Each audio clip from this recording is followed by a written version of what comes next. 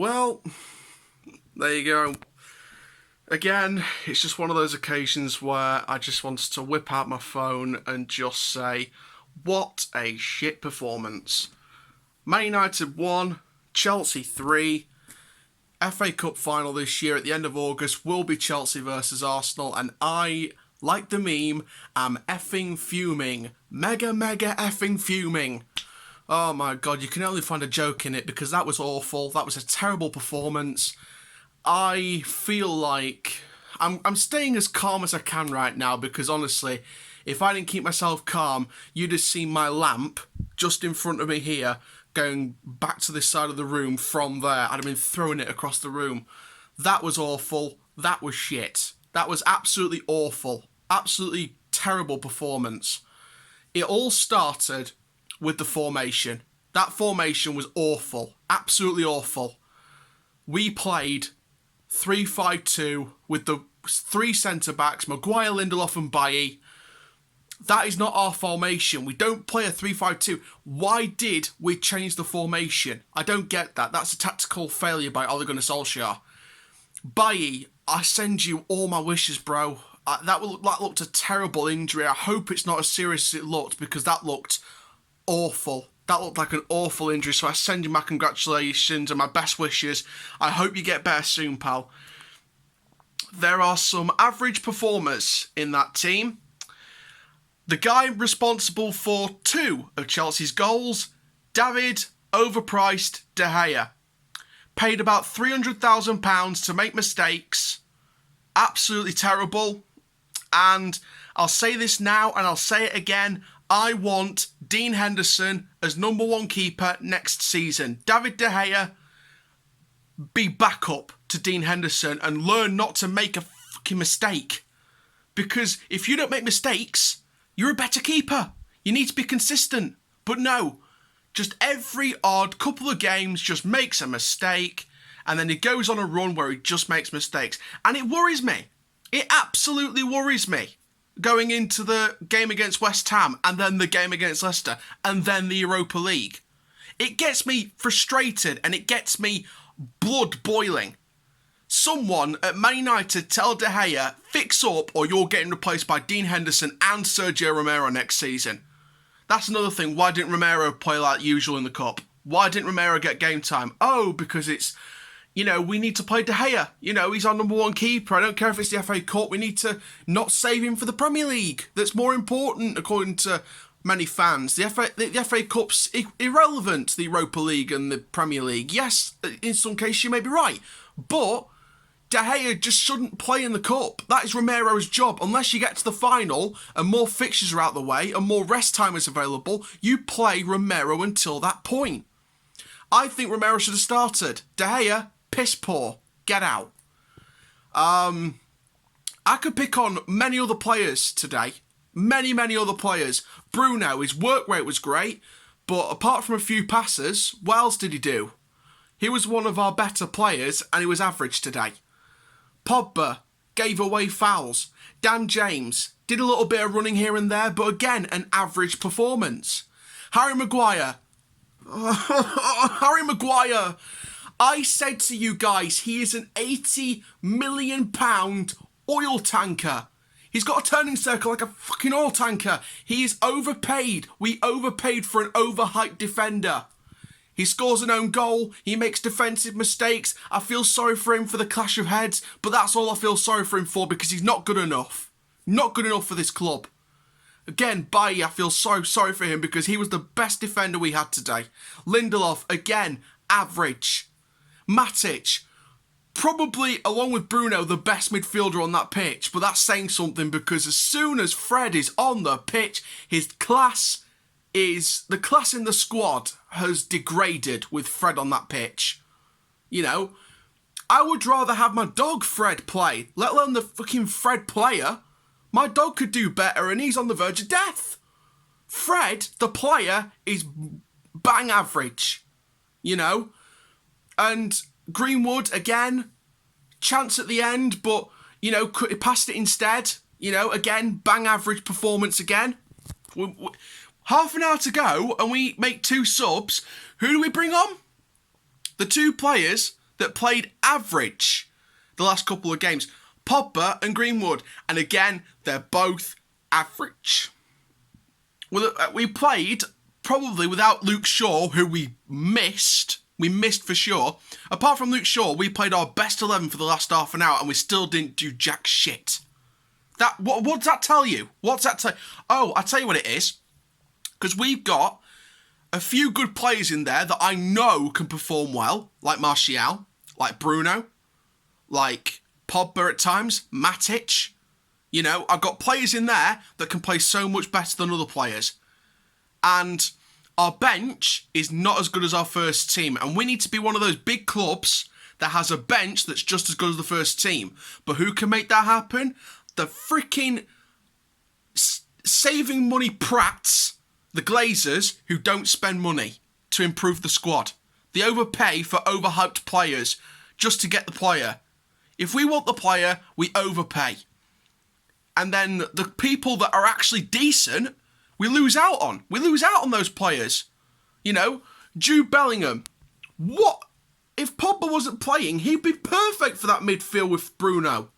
But, oh, we didn't get him in the summer. And, oh, wait, he went to Carrickton. He went to see the freaking staff. And now he's going to join Dortmund. Because we didn't pay him the fucking value. We are not signing shit this season. We are not. The best we'll sign is a polished turd. A polished shit. That's the best we'll sign. Because that board does not want to spend the right money in the right fucking places. I'm sorry for swearing, but I swear to God, I could literally turn on so many people today. Absolutely.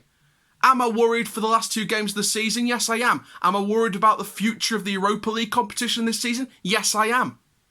Because even though Spurs beat Leicester, which is the only positive out of that game, apart from Bruno's penalty in our fucking game, the best positive outside of this game was Spurs 3, Leicester 0. And that puts us, the cards in our deck, against West Ham. But if we lose to West Ham, I swear to fucking God, I will be pissed again. Because we could be about to bottle top 4 if we lose to West Ham and then we lose to fucking Leicester. If we lose to both, we bottled it. We bottled it. And it doesn't matter whether we get in the top 4 or Europa League again, because the board will always have an excuse to not spend any fucking money. If we get in the top 4, the board will be like, well, the squad's good enough, so, you know, we'll keep the squad. We'll keep the squad. We don't need to spend any more money. If we get 5th, the board will say, well, this, they're going to blame the COVID pandemic and, you know, we're going to save money. You got to try and build what you've got. You can't build some of them. Some of them are brain dead fucking players. Some of them you don't know how to teach them. It's a never ending cycle. We've had this since Ferguson retired. We've had this for years. We've had this for years. Last time we won a trophy at United. The last time we won a trophy was that Europa League final about 3 years ago against fucking Ajax. We were under Jose Mourinho. We were playing shite football. That's the last time we won a trophy. If we don't win the Europa League and we don't get into the top 5, this season's screwed. Alright? We had an inconsistent first half of the season. Oh, I need my backboard to fucking relax. We had an inconsistent first half of the season. We also had a second half of the season where we went on this incredible run and then mistakes against Palace, even though we scraped the win. Southampton, we got a draw. I mean, many people are saying it. The signs were there. The signs were there. And once again, we didn't take advantage. It's pure shit. I'm sorry, but it is. And I can't deal with it anymore. I'm sorry, but when you've got overpaid players like Oil Tanker Maguire and overpriced De Gea making mistakes, I'm sorry, but you can't sit back and stay quiet about this. You fucking can't. You can't stay quiet about this. So, I mean, the only thing I can say now is, well done, Chelsea. Well done, Chelsea. I tap my arm in delight. Well done. You did well. You did so well in that game. Chelsea were more organised. They were more compact. They had the keys to our defence all the time. Even when they couldn't break through and we had a lucky escape and a lucky block, they still pressed at us. They were still high pressing. They were dominant from minute 1 to minute 90. Like I said, the only positive I can take out of that game is Bruno scored the 19th penalty that we've had this season. And obviously Spurs beating Leicester in the Premier League today. That's the only positive I've got. The only other positives, to be perfectly honest, is, with Watford sacking their manager potentially, maybe Bournemouth could survive, because I want to see Bournemouth back in the Premier League. Maybe Watford need a season out to rethink themselves. The only other positives come from fucking non-league. I love seeing non-league clubs rising up the table, getting close to the Football League. Gateshead and Dorking Wanderers, I think they're called, they're one step closer now to getting into the Premier Conference League, one step away from the Football League. That's the only positives I've got. Man U were just shit today. Absolute pure shit. And you know what? I don't put blame on one person. I put blame on a whole load of people. Ole for the tactics, certain players for their mistakes, De Gea and Maguire included, as well as the average performers like Pogba and Greenwood. Mike Dean, you're a prick. You're an absolute wanker, because that was a foul on Martial, and I don't know why you didn't give it, because, well, it's all about Mike Dean, isn't it? He always looks to put on a fucking show. And it was outside the box, so it wouldn't have been a penalty. It would have been a free kick if we got something, but I still don't care. It should have been something. It should have been something. And just overall, it just wasn't a good performance. And like I said before, the signs were there. Against Palace, against Southampton. I reviewed Southampton. I didn't get the Palace review up in time in terms of relevancy. I wanted to get it up yesterday, but I didn't have time. So I might as well just quickly say now, the Palace game was a scrape win. And we scraped it. So,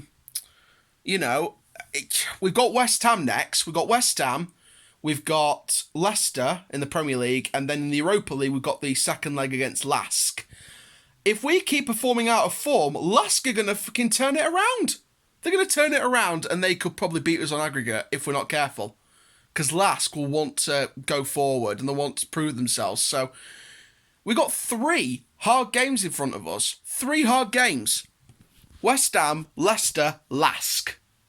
Apart from that, our season's done.